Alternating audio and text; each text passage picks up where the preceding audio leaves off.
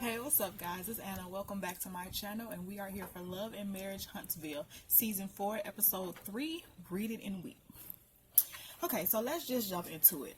Maurice meets Marcel at Black Lounge, and of course they're about to have a conversation about the whole photo and everything that happened at the reunion. And Marcel says, not Marcel, Maurice, I am going to try my best, y'all, to not get all of these names mixed up, but it's so hard. Marcel, Martel, Maurice is a tongue twister, and I always end up saying the wrong person's name, so please bear with me.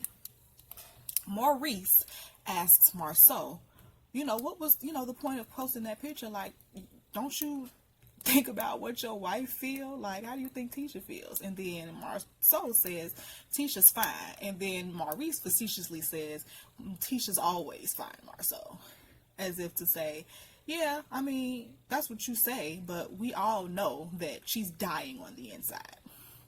So Marcel says, well, you shouldn't have lied. Like, what would a non-lying person say? That they were there. And he was like, Maurice says, everybody on that stage knew that I was there. And it's just like, yeah, but you tried to make it seem like you didn't see them two interact. And if you saw them at the club together, I guarantee if this was a side chick's trip, or Marcel just brought his side chick, then you absolutely would have seen them. I know they dance with each other. Like, I'm sorry, if I go with my man or my girl to the club, like, you gonna see us interact, because I'm definitely trying to dirty wine on mine while we out listening to music. So Maurice says, I think you owe me an apology. And Marcel says this would be a cold day in hell for you getting one, because I don't owe you an apology. If anything, I owe Kimmy an apology. It's like, no, you owe everybody an apology, because you done started a whole shitstorm. So Maurice gets in his confessional. He says, Martel is just too prideful to humble up and say that he was wrong about something and that he's sorry. And I just that sounds about accurate. So then Martel shows up, and they greet each other, and he ends up inviting Maurice and Marcel to the book signing that he's having for the kids. Unfortunately, both of them declined because Martel's son is turning 15, so they're having a little party for him. And then Maurice is finally taking Miss Kimmy on her honeymoon. And I'm like, God, thank God, because you made that lady wait too damn long. So, of course, they end up asking Martel, how he felt about the picture. And Martel says, well, I thought it was funny at first, but then I started to think about it, like, damn, how does that, make the ladies feel? I don't want you messing up your marriage for that. So, Martel says, I didn't think it was, not Martel, Marcel says, well, I didn't think, it was going to mess up my marriage. Then somehow they segue to Louis and how Martel felt that Tisha and Marcel were ganging up on Tiffany and Louis when it comes to the reunion. Now, Martel and Louis have an issue because Louis likes to put his 2 cents in about Tisha and Marcel's marriage. And he feels like he can do that because, he's grown and learned from a previous marriage, and he, see the mistakes that Marcel is making. And I figure Louis is trying to be a friend, but he also needs to have a storyline and something to talk about. Like, I don't feel like Louis and Tiffany have a whole lot going on, and they trying to acclimate themselves into the group. So, of course, you're going to get in the business a little bit. Everybody is getting in the business. Stormy, because Stormy ain't been there. She been all up in the Kool-Aid. Damn, they don't know the flavor. So, but Marcel has a problem being held accountable. Just like Martel said, Mel needs yes women around her. I feel like Marcel needs yes men around him, because he doesn't like it when people try to hold him accountable for the bullshit that everybody can see that he's trying to pull over, mostly his wife. Everybody, including Marcel, sees that Tisha be so uncomfortable with certain shit that go on, and how he talks to her and how he treats her. And Marcel pretends like he's oblivious, but I know he's not oblivious. He understands exactly what he's doing. He just don't give a damn. And that's really, really sad. So, Martell ends up saying, like, I feel like you was kind of bullying them. He said, I didn't think I was bullying them. I just want him to stay out of my marriage because it ain't none of his business. And then he says, because if you throw a match in my house, I'm burning yours down. And I'm just like, that's very telling, Marcel. The fact that you said that out of your mouth. And then going back to thinking about the picture that you posted. Like, you trying to blow up everybody's spot just to make sure that your shit stay intact. And I don't feel like that's cool, because you willing to throw your brother under the bus to make sure that you can keep your trail covered. And I don't appreciate that. Then Martell says, well, maybe you and him need to have a conversation, because people don't know that they're crossing boundaries until you set that boundary. And I just said, Martell, like, you, it's just so funny how motherfuckers be having all the answers to other people's shit, but don't have the answers to theirs, because you talking about boundaries. You didn't think cheating was a boundary in your marriage, Martell? I'm sorry, since we're talking about boundaries and what boundaries shouldn't be crossed, I just feel like that's a given. You should know that you shouldn't cheat on your wife, especially if y'all wasn't really having any marital issues. According to Mel, y'all was fine. Everybody got so much to say about other people's shit, but when it comes to theirs, they act like they don't understand. Child, I cannot. Let us get into Tiffany and Louis. So they're in the house having a conversation about the internet. Apparently the internet is not working, and Louis is trying to fix the cables so the kids, the internet can run faster for the kids. And apparently the kids are not at the house. So Tiffany, like, you trying to do all this housework, we ain't got no kids in the house. Like, what's tea? Like, what you trying to get into? Tiffany trying to get her some geek. And I ain't mad at you, girl. So they end up having a conversation about Mel's pajama party, and she was telling her husband how Stormy, you know, kind of jumped in the conversation that she was having with Kimmy, and you know, she didn't really appreciate that, because her and Kimmy was about to come to some resolve, and then here comes Stormy putting her damn 2 cents in about some shit that she wasn't even present for. Like, I understand that you have a previous issue with Tiffany, whatever that is. However, you inserted yourself in a conversation that had nothing to do with you, and then wanted to put your 2 cents in about, nah, well, maybe you shouldn't. It's just like, girl, go over there. Go sit down. We'll get to you when we get to you, Stormy. Like, what's your tea? Because everybody like to come on this show and give everybody else's business. Let us know your tea, baby, before you start getting into everybody else's. So Louis ends up telling Tiffany about he and Martell's conversation that they had at the gym, and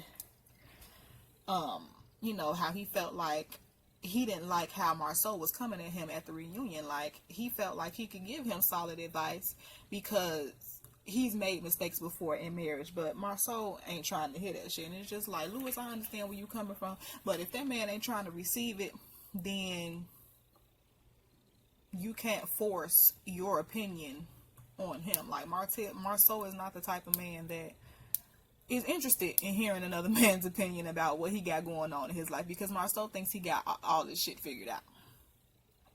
So Louis says he's opening to having a one-on-one with Marcel so they can get to some type of resolve. And Tiffany suggests we do a double date, because she says she's actually known Marcel for a long time, since he worked at Monaco. And Louis, you know, kind of got upset, and he was like, I know, exactly, I know that.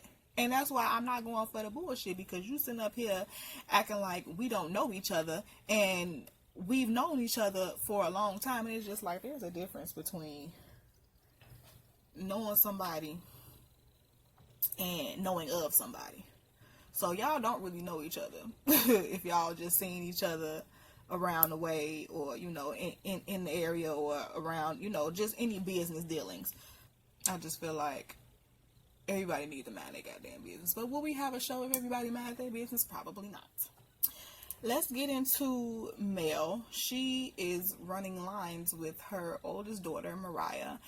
Apparently, back in the day, both of them were taking acting classes. So, Mel would help Mariah with her lines, and then in turn, Mariah would help Melody with her lines. So, in this scene, they show Mariah behind the camera, and she was running lines with Melody. She would read off the script, and then Melody would respond. And it was a really cute scene. Melody needs work, because you was giving Melody hope, not Melanie, whatever character you was playing. I felt like baby girl Mariah read her lines better than you recited yours on camera, but that's neither here nor there. Then she sits down with Mariah and talks to her basically about, being an independent woman, and asking her, do you understand why I work as hard as I do? And Mariah's like, so you can take us places? And she's like, yeah, but I also do it so I can take care of you guys. And I want to set an example for being a strong woman. And I want you guys to know that, basically was telling her, like, you don't need a man to depend on. Now, I'll give credit where credit is due. I'm glad that she is pouring into her children, but I don't honestly really like the way she's doing it. I feel like both Marcel and Melody have a tendency to, like, kind of shit on each other when it comes to the children, and involve the children in shit that they don't need to be involved in. Like, you could have worded that better, because I'm afraid that Mel is teaching them to be the type of woman that men will feel like is too strong for them. If y'all understand what I'm saying. Like, if y'all ever seen what's that movie, Think Like a Man? Taraji P. Henson's character was, I don't need a man, but you want a man. But your aura is giving, I don't need a man to depend on. Like, you want to be the leader in the household. And it's just like, normally the man is the leader. And I feel like Mel is unintentionally teaching her children to not really, I don't know. I can't speak on it really because I don't have children, but it just made me feel a way. And I just feel like they both can be better at how they are co-parenting these children and the things that they are telling these children.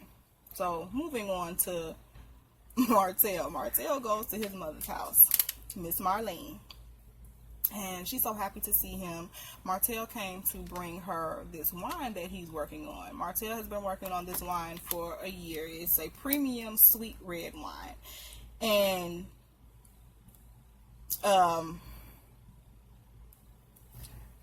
Mama gets in the confessional and said, Marcel always, been a good person and just wanted to do good things. And it's just like, I don't doubt that Marcel is generally a good person, but I just feel like I hate the way Miss Marlene be caping for Marcel. Like, Miss Marlene is the type of woman that has coddled him and didn't really let him know that some of the shit that he does is wrong. Like, with the whole Mel and Marcel situation, Marlene did a lot of, well, you a good father, and you did what you did for your children. Like motherfuckers say, don't blame Mr. Charlie.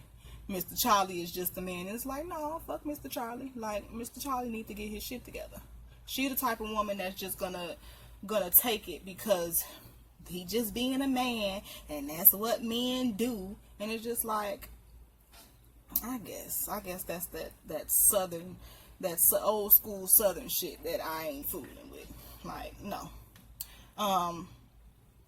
So, the mom is ranting and raving about the wine. She thinks it's good. She end up getting tipsy off the wine, and Marcel's like, I don't think it was a good idea for me to bring my mama onto this because she's sitting up here getting tipsy as hell off this. And he ends up naming the wine after his grandmother, which is Marcel's mother's mother. Her name was Inez, so he named it Inez. And the mom asks him, why did he end up making the wine? And mom said, and he tells his mom that, you know, him and Mel used to drink this red wine together, and it was so good that he would suggest it to people, and after he started suggesting it to people, it started selling out. So he decided, you know, why don't I, you know, take my hand in this? And it's just like, so what happened to the builder's license? You couldn't pass it? That's unfortunate. Because he's doing everything but what he started off doing. I don't mean to laugh because it's a fucked up situation. However, you make your bed, honey. You got to lie in it. So he tells his mom that, you know, the book signing is coming up, and he asks his mother to be in attendance. And he also is telling his mother that he hopes Mel cooperates with him because he told her this in advance. But apparently, this is not his week to have the children. So he's just hoping that everything goes well. And the mom's like, well, I hope it goes well too, son. And I'll absolutely be there. So that was the end of their scene. He leaves and she waves him off goodbye in the doorway. So let's skip over to Tisha and Marcel. They are in their house and they're making s'mores with the children. One thing I got from this scene is that MJ, the one whose birthday it is, he's turning 15 years old. I don't know. I just got a problem with mouthy children. If you watched my Love After Lockup review, I talked to y'all about Taylor and Chance and how that little girl got too much mouth. I feel like MJ, Marceau Jr., is also being taught to have that same mouth, and I don't like it because I feel like the little girls are probably being taught to, you know, be quiet, agree with the man, and the boys are being taught, damn, to say what you want. Because there was a comment made about, because Marcel said he didn't know how to make s'mores, and then the son says, oh, but you know how to engineer, you know how to open up a restaurant, you know how to do this and do that, but you can't make s'mores. And it's just like, okay, like that was the first thing that he said, and I was like, okay, I see how this is about to go. And then Tisha ends up mentioning that they'll be taking a trip and they're going to be learning about the continent or the place that they'll be traveling to. So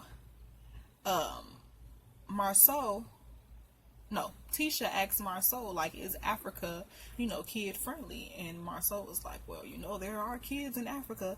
And then the son follows up with, yeah, and just to let you know, there's water in Africa too. And it's just like, all right, simmer down, little boy, because that's directed at your mama, and it was a smart aleck comment, and you need to, you hear, I'm gonna need you here. Stay in the child's place.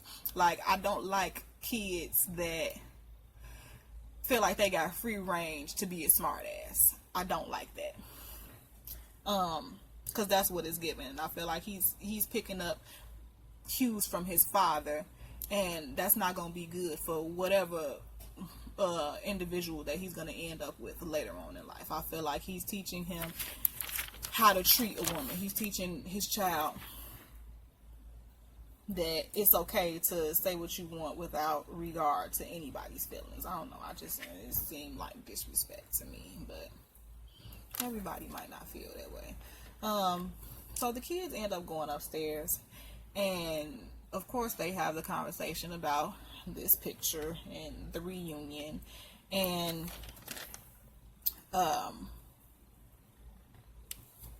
Marcel is telling Tisha about the conversation that they had at Black.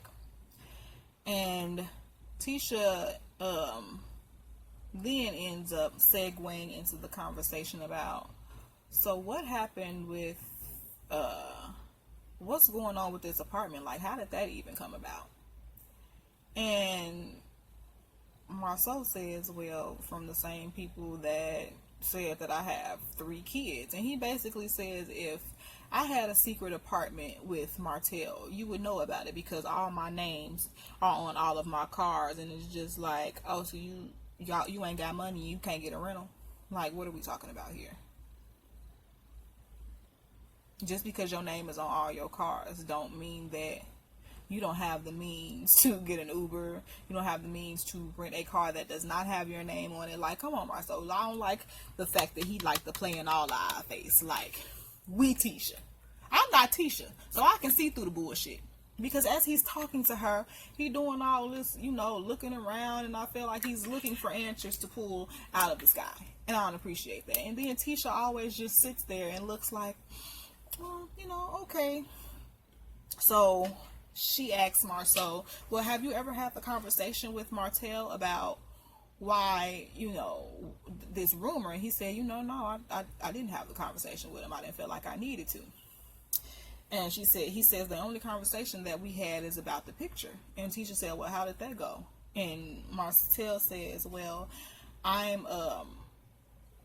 Marcel says, well, Marcel ended up telling me that he didn't want the picture to ruin my marriage. And Tisha was like, how would it ruin your marriage? Like, I don't understand what you mean by that. And Marcel said, well, I think he was coming from the perspective of, I don't know how that made you feel. And I had to explain to him, we big good over here. I said, oh no, not big good. That don't even sound convincing to me. Because then he asked her, like, we good, right? And she like, yeah, we're good. And it's just like, I'm so tired of Tisha going along to get along. Like, I promise you, if she got a fucking backbone and told that man, you're gonna stop playing with me, it damn near might turn him on. Like, I feel like people only do what you allow them to do. And I feel like she allows him to disrespect her. She allows him to make her feel like her feelings aren't valid. And she doesn't stand up for herself. And I honestly feel like if she told that, fuck nigga, stop playing with me, I will leave your ass and take half of everything, he gets some act right. Because it could be me. I'm sorry. I hate to see it. Skip over to Kimmy and Maurice. I'm so happy that Kimmy is finally getting to go on this honeymoon, and it's been 3 years. She said she still ain't wore the lingerie that she bought from 3 years ago. So, of course, they end up having a conversation about her making up with Tiffany, and then Stormy coming over and inserting herself into the conversation. And then she ends up mentioning to Marcel, she was like, Maurice, she like, guess who was there? Because Destiny and Tisha weren't, but guess who was there? And he like, who? And she like, Kiki. And he just like, God damn. And she was like, and it wasn't some positive things that were said about Tisha and her marriage. And he was like, well, maybe you should have a conversation with Tisha and let her know what's going on. And she was like, yeah, I might have a conversation, but I ain't doing that until after this honeymoon, because in my mind, I'm already on vacation. I said, I know that's right, that'd be me. Like, as soon as I know I'm going somewhere, I'm there in my mind already. Like, I don't really give a damn about anything else. Over to Marcel in this book signing. Okay, so apparently, like I said, this is not Marcel's weekend. But he says that he asked Mel if he can have the kids so they can go to their book signing, because the children are the authors of this book. So they flip back and forth between the scenes of Mel talking to her mother and Marcel talking to his publicist or manager. I'm not really sure exactly what her title is. And you know, he said Mel hasn't responded in days. Like, I told her about this, and I just, you know, I'm really hoping that the kids show up. Meanwhile, Mel is at home on the phone with her mother, and she's telling her mom that they about to, you know, hit the road. They're leaving to go to Mel's hometown because Mel had two deaths in the family within the month. She lost an uncle and she lost a great uncle. So last time she went to her hometown, she didn't take the kids because it was Marcel's weekend, and she said everybody was asking where the children were. So this time she's happy that the kids get to go with her. Then she tells her mom that, yeah, I got this strange email from Marcel that do the girl's hair need to be done? And she like, well, what are you talking about? Then she gets in her confessional and says that Marcel told her 2 days in advance that they were having a book signing. So she tells her mother, I just feel like it's strange to plan something on the week that you don't have them. And then the mom says, I feel like that's Marcel trying to control you. You would never do that to him. And Mel says, well, maybe next time he'll plan something when he has, when it's his weekend. And y'all, I am so stuck in between Mel being spiteful, but also Marcel needing to understand that there's consequences for your actions. Because I feel like both of their ass be lying. It's been proven that Mel lies, and it's been proven clearly that Marcel lies, because Mel got caught up in that lie about the fellatio at the reunion, because as soon as Marcel said, well, I got the recording of you saying it, then she want the backpedal and pussy pop. I feel like it's contradictory for Mel to have sat and had that conversation about Mariah, about how she needs, she wants her to be an independent woman and accumulate things for herself. But this book signing would have been that. That would have shown her a lot about entrepreneurship and being independent and running your own business.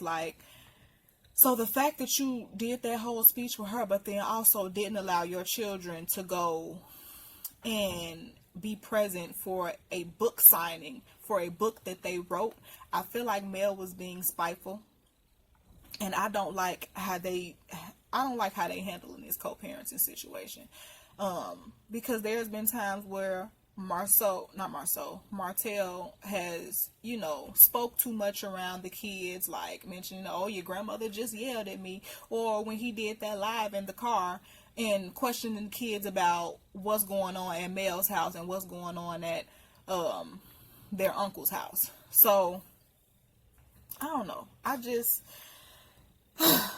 like I said, I'm stuck between the two. Because I don't know who to believe. I don't know if Mel is lying.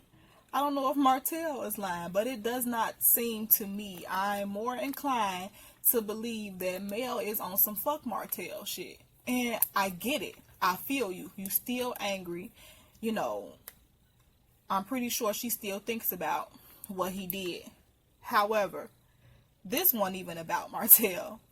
This was about the kids. And I ain't never felt sorry for Marcel, but I felt just a little bit sorry for him, simply because, for one, it's embarrassing. And all these people coming up to him asking, where's the kids? Where's the kids? And he like, well, they were supposed to be here. And I talked to their mother, but, it looks like they're not going to show up. It's unfortunate, but, things happen. And it's just like, Mel, you kind of fucked up for that. You could have let them kids be a part of that, because at the end of the day, they wrote the book, and who's to say that it wasn't a situation where he can only get the venue for that specific date, and Mel just said, I don't give a fuck, get them when you get them. It was bogus. I'm not gonna sit up here and say that I feel differently. They need to do better about co-parenting between these kids and not trying to be spiteful to one another, because they both do it, and I don't appreciate that. And them kids might end up resenting both of y'all for how y'all moving with this whole divorce. I feel the most sorry for the children, because they caught up in the middle, and I feel like they getting two different lessons in two different households. It's just it's a sad situation, but child, what can you do? So Marcel ended up having to use 2 kids from the audience to help him read the book, because the kids were supposed to be there reading the books, and he had 3 little chairs sat out for them. And I'm just like, that's really unfortunate. He was sitting up at that table looking like he was ready to cry, and I'm just like, that's fucked up.